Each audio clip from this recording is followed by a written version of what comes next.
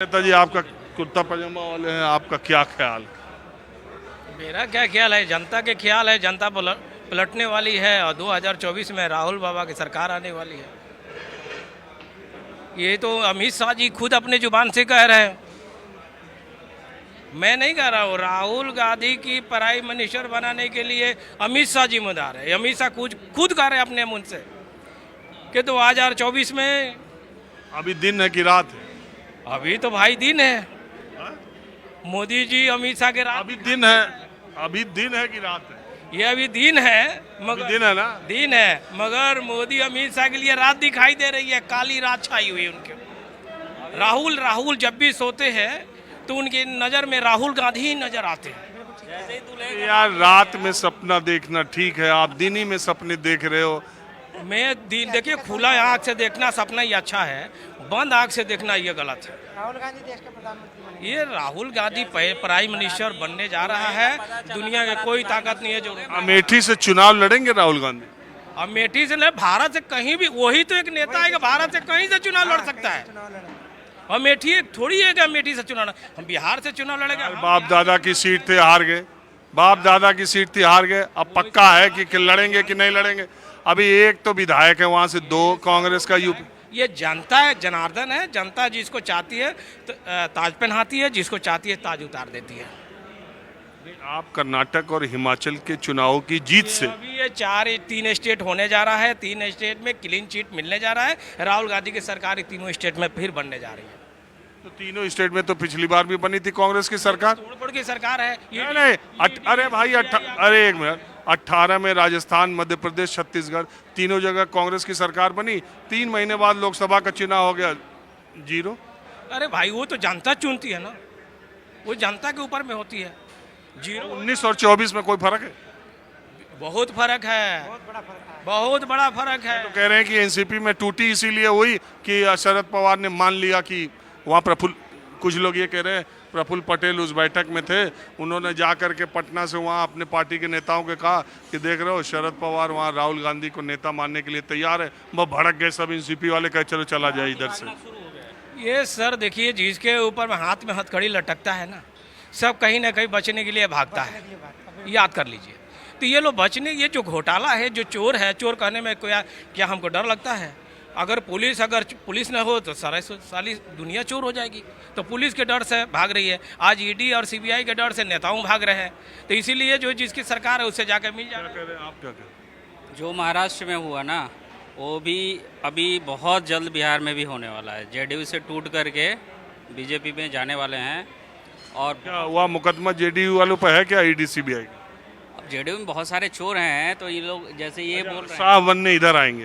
हैं चोर हैं, अच्छा, सब चोर एक जगह आ जाएंगे क्या? उनको वॉशिंग मशीन की जरूरत पड़ेगी।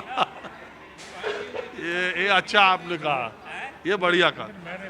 मैं बिल्कुल कोई एनालिसिस किया ही नहीं मैंने इस बारे में। नहीं, मैं तो खाली एक बात आपसे पूछ रहा हूँ, ये महाराष्ट्र का जो मैंने इसके बारे में न्यूज़ पता है कि नहीं आप? ये पता है कि अजीत जी उधर चले गए हैं। अजीत पवार, हाँ, उस शिंदे के साथ चले गए हैं। आप ये सिर्फ बताइए, लोग ये अंदाजा लगा रहे हैं कि इसमें शरद पवार का भी हाथ हो सकता है, आपको ऐसा लगता है? नहीं, ऐसा नहीं है, ऐसा नहीं है, ऐसा नहीं है। समस्या वही आपने शुरू स्टार्ट करी थी जहाँ से कि उसके लोग जो है उसमें फंस रहे थे, बहुत सारे करप्शन के केसेस में फंस रहे थे, क्राइम के केसेस में फंस रहे थे। वो एक वहाँ जाके उसको कैसे वो गंगा स्नान हो जाता है, वहाँ जाके बीजेपी में जाओ गंगा स्नान हो जाता है, सब पाप धुल जाते हैं। तो वो उसका धुल भी गए हैं और 9 आदमियों को आपने मिनिस्टर भी बना दिया।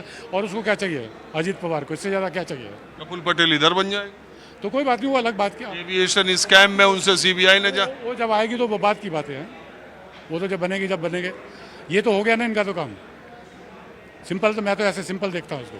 अच्छा, कुछ लोग ये कह रहे हैं कि एकनाथ शिंदे को भी ठिकाने लगाने के लिए बीजेपी का ये कदम हो सकता है। नहीं, अभी नहीं चलेगा, वो नहीं हो पाएगा, वो नहीं हो पाएगा ऐसे अभी उसको बीजेपी, मुझे नहीं लगता कि बीजेपी को इतनी जल्दी है शिंदे को ठिकाने लगाने की, उसको जल्दी है ऐसे कोई नहीं लगता, क्योंकि ये अभी टाइम नहीं है।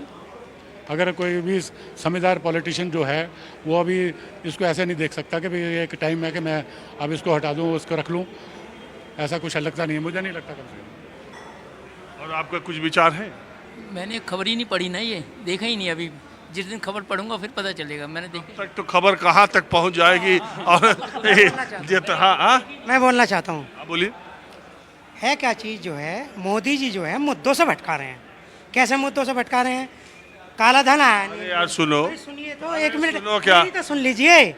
ध्रुवीकरण करके महंगाई इनसे कम हुई नहीं, काला धन आया नहीं, और जो भ्रष्टाचार खत्म नहीं हुआ। बाबा जी कह रहे थे 30 रुपये 32 रुपये पेट्रोल वाले को वोट दोगे कि या 100 रुपये वाले को वोट दोगे।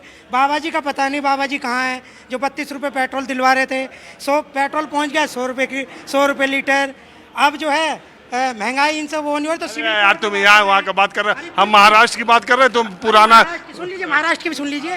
एक नाथ शिंदे जी को ये साइड हटाएंगे, अजीत पवार जी को इसलिए लाया गया है। ईडी और सीबीआई का डर दिखा के अजीत पवार को लाके एक नाथ शिंदे जी तो गए, सीएम देवेंद्र फडणवीस बनने वाले हैं वहाँ। आप देख लीजिएगा कुछ समय बाद।